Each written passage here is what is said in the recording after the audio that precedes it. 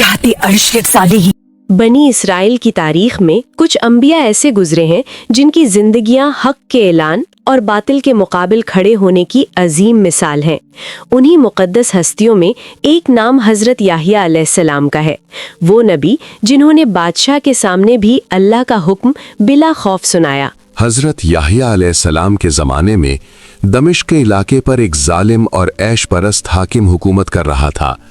اس بادشاہ کی ایک نہایت خوبصورت بھانجی تھی جسے وہ اپنے حرم میں شامل کرنا چاہتا تھا، حالانکہ اس کے نکاح میں پہلے ہی عورتیں موجود تھیں، اس کے پاس لونڈیاں بھی تھیں، اور سب سے بڑھ کر بھانجی سے نکاح شریعت موسیٰ علیہ السلام میں صریحاً حرام تھا۔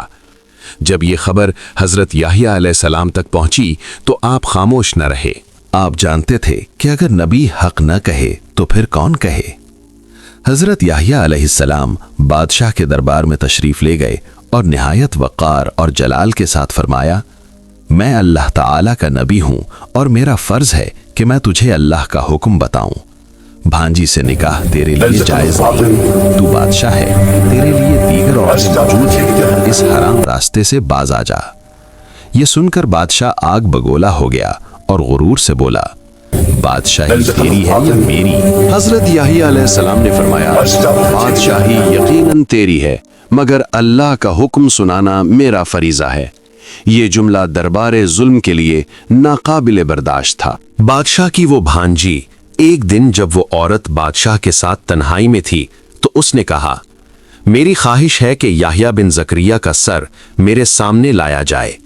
بادشاہ پہلے ہچکچایا، مگر عشق، ہوس اور اقتدار کی اندھی محبت نے آخرکار اسے راضی کر لیا۔ چنانچہ ایک جلاد بھیجا گیا، حضرت یحییٰ علیہ السلام کو ناحق شہید کر دیا گیا۔ آپ کا مقدس سر تن سے جدا کر کے ایک تشت میں رکھ کر اس عورت کے سامنے پیش کیا گیا۔ سعید بن مسیب رحمہ اللہ روایت کرتے ہیں، جب بخت نصر دمشق آیا تو اس نے دیکھا کہ حضرت یحییٰ علیہ السلام کا خون زمین پر ابل رہا ہے۔ اس نے پوچھا، یہ خون کیوں ابل رہا ہے؟ لوگوں نے سارا واقعہ سنایا۔ چنانچہ بخت نصر نے 70,000 بنی اسرائیلیوں کو قتل کیا، تب جا کر وہ خون ٹھہرا۔ حضرت حسن بصری رحمہ اللہ فرماتے ہیں، یہ واقعہ حضرت عیسیٰ علیہ السلام کے بعد پیش آیا۔ حافظ ابن عساکر رحمہ اللہ ولید بن مسلم کے حوالے سے بیان کرتے ہیں کہ جب دمشق میں عظیم مسجد کی تعمیر ہو رہی تھی تو محراب کے مشرقی ستون کے نیچے سے حضرت یحییٰ علیہ السلام کا سر مبارک نکلا۔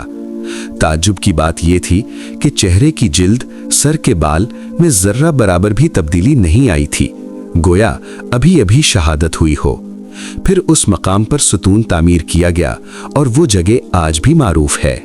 حضرت یحییٰ علیہ السلام کی شہادت ہمیں یہ سکھاتی ہے، حق کہنا انبیاء کی سنت ہے، باطل کے سامنے خاموشی جرم ہے، اور اللہ کے دین کی خاطر جان دینا سب سے بڑی کامیابی ہے۔